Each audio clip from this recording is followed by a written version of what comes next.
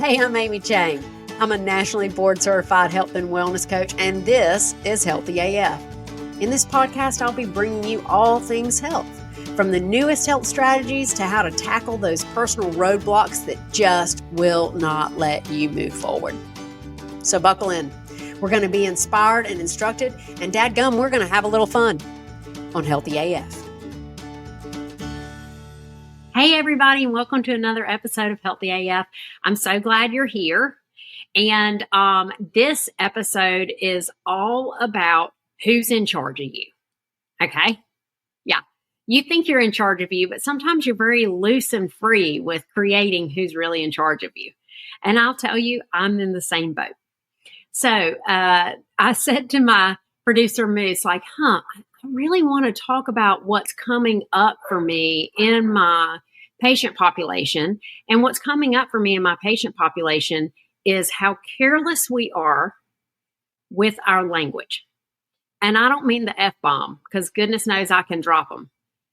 I mean understanding and being responsible for the fact that our language creates. Your language creates, and it's the driver behind your actions. Let me dumb this down. So I've talked a lot about being a sugarholic, right? I've talked a lot about that. I gave it up. I had to use the 12 steps to do it. I totally needed a support group.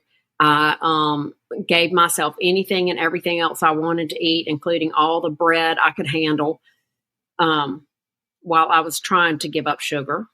I also talked about, I'm going to get fluffy, and, I knew what it was going to be like for my body when I did this, right? Because I'd tried it before, and I've made it. The difference between saying, I'm Amy, and I'm a sugar addict, and, I'm Amy, I'm a recovering sugar addict. Two totally different things. You see, if I identify with I'm a sugar addicts make certain choices. When they feel emotional, they go straight to the Oreos. In fact, I don't know why I'm saying they. Amy, the sugar addict, when she feels emotional, goes straight to the row of Oreos.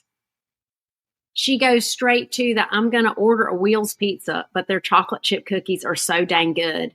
I'm going to get not one, but two. And yes, that is an extra $6 whopping. Well, it wasn't that bad that I had those cookies at Wheels, but they're so expensive. I think I'm just going to go to the Teeter and get a 12-pack. And it not lasting me 2 days. Those are the kinds of decisions that Amy, the sugar addict, makes.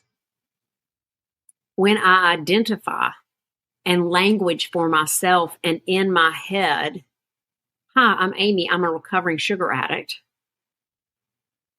that girl makes different choices.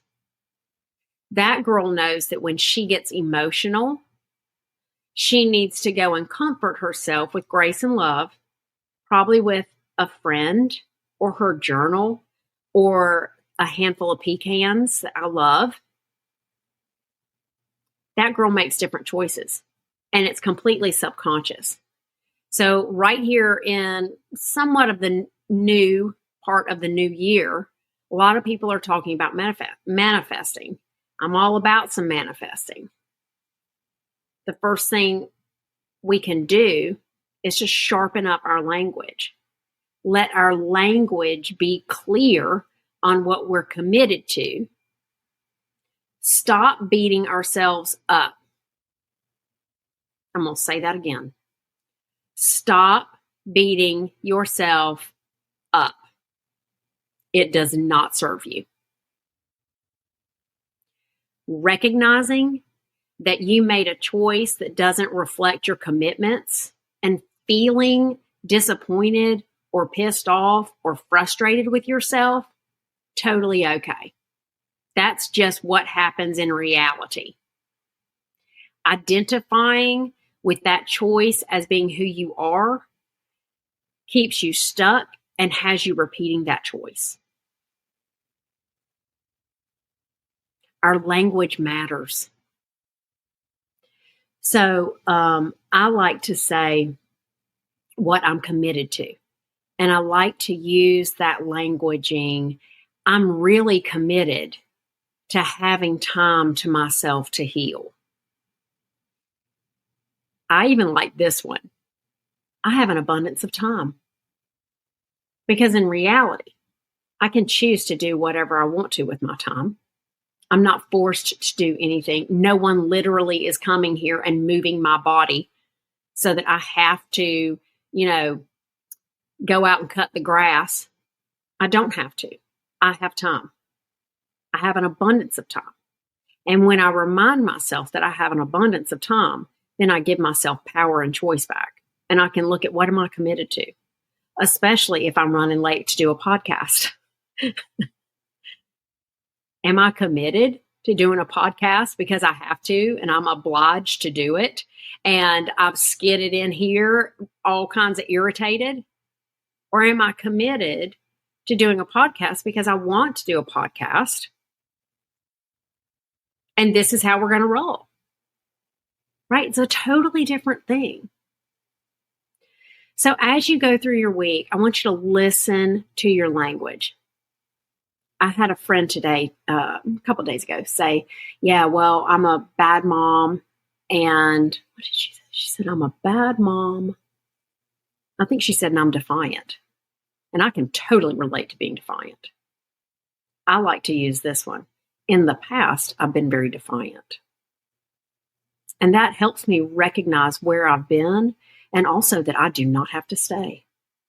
So how can you use that? In the past, I've been like, get honest, but don't imprison yourself. That's what I have for you today. Take that. Create your life. It's waiting for you. Be careful with your language, but drop as many F-bombs as you want to. Give yourself grace. And if you're having trouble with this, book an appointment with me. We'll see if coaching is right for you and see how we can move you forward. All right. See you next time on Healthy AF. Thank you so much for listening to this episode of the Healthy AF podcast. I hope that it has helped you create a new possibility for your health and sets you into action to go get it. If you want more information or if you want to connect with me, visit my website at myhealthylife.coach. And don't forget to hit the subscribe button so that each new Healthy AF episode will be sent directly to you. Let's take you from where you are to where you want to go.